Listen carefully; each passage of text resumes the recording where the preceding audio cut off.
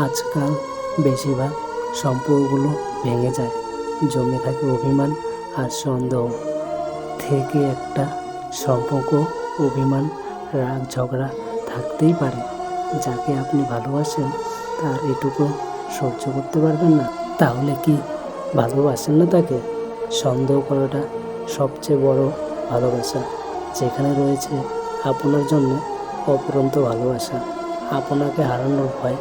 আর যে আপনাকে হারানোর ভয় করে সেই তো আপনাকে সত্যিকারের ভালোবাসে। শেষে একটা কথাই বলবো, সামান্য অভিমানের জন্য এমন কাউকে হারাবেন না যে আপনাকে তার নিজের চেয়েও বেশি ভালোবাসে।